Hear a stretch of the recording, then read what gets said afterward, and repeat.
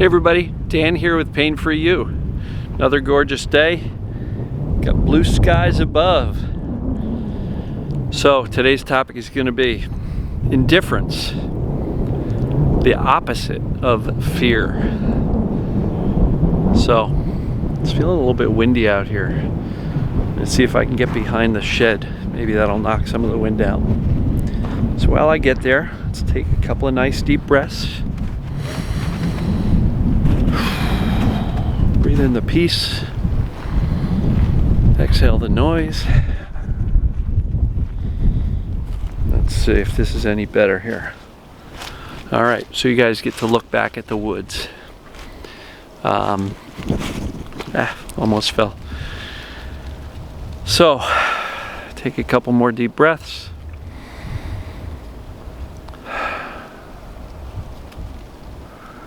All right, so indifference, the opposite of fear. If you guys have been following me for any length of time, you know I talk a lot about the mindset of indifference, right?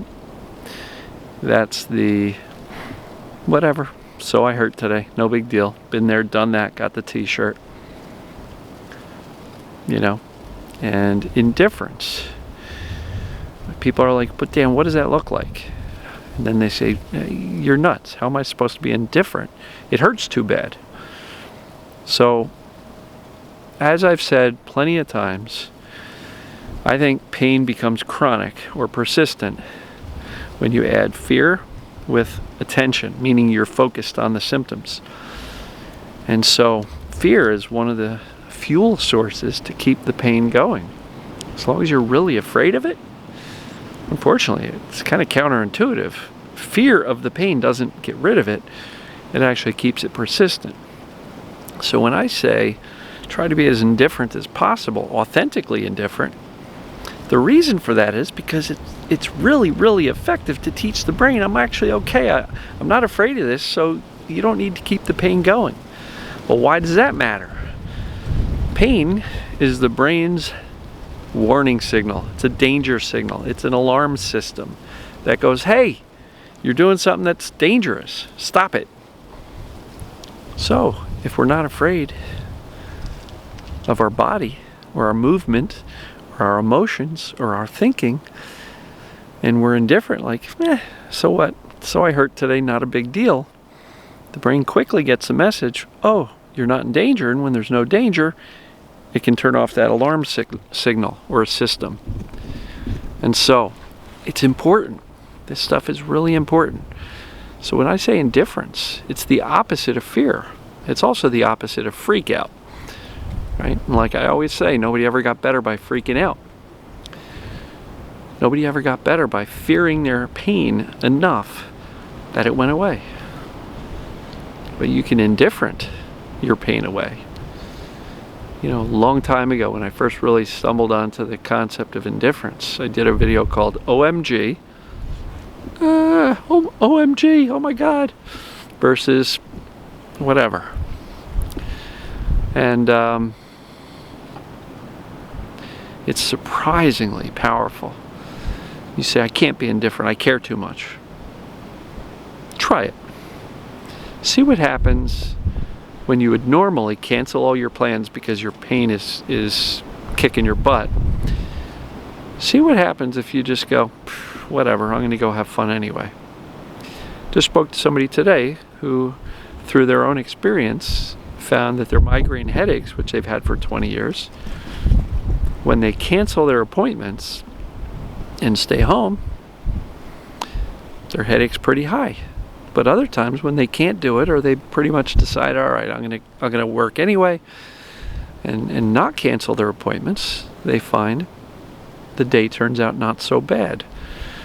So hiding from the pain by staying home actually says, I'm going to sit at home and sit with the pain. I am going to spend my day with my pain, as opposed to saying, I'm going to make my life more important. And when you make your life more important and you go, it is what it is, oftentimes, and if you're doing this authentically, oftentimes the brain goes, oh look, Dan's doing pretty good. He's out, he's about, he's safe.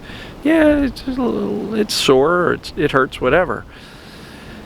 But look, if you are terrified of the idea of saying, whatever, so what, the fear is going to override your attempt at indifference. This has to be authentic. You literally need to be able to get to the point where you go, so what, I'm hurting today, no big deal.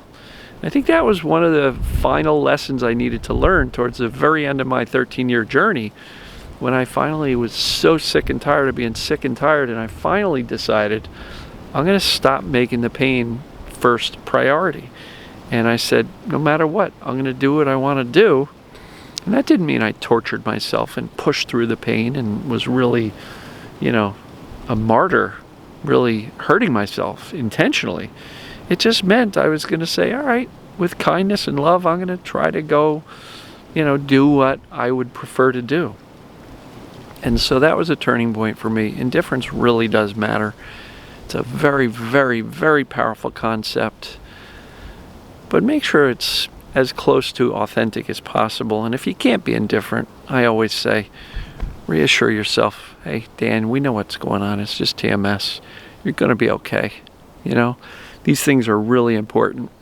So, indifference, it's the opposite of fear. And since fear is one of the fuels that keeps chronic pain persistent, then anything we can do to do the opposite of fear is going to turn off these persistent symptoms and allow the brain to shut them off. So, indifference, the opposite of fear. It's also the opposite of freak out. If you can't be indifferent, at least don't freak out. The middle ground is calm, reassuring, breathing nice and deep and slow, and using your intellect to say, hey, it's just TMS, I'm going to be okay. I've done the analysis. Everything about this says TMS, TMS, TMS. I don't know what I'm so panicked about. All I got to do is teach my brain that I'm actually safe in my body, in my emotions, in my thinking. And that's going to settle down the nervous system. And when that happens, all this stuff tends to fade away. See how comfortable that feels, just hearing that? So look, indifference, it's the opposite of fear. And it absolutely is a great, great message of safety to the brain. And when your brain feels safe, shuts off the alarm system, which is the pain. And that's how simple it is. So, love you guys and gals. I'm going to wrap this up. It's towards the end of the day. It's about 45 degrees out and windy, so it's a little chilly. I should have put a jacket on. But love you guys and gals, and we will see you tomorrow.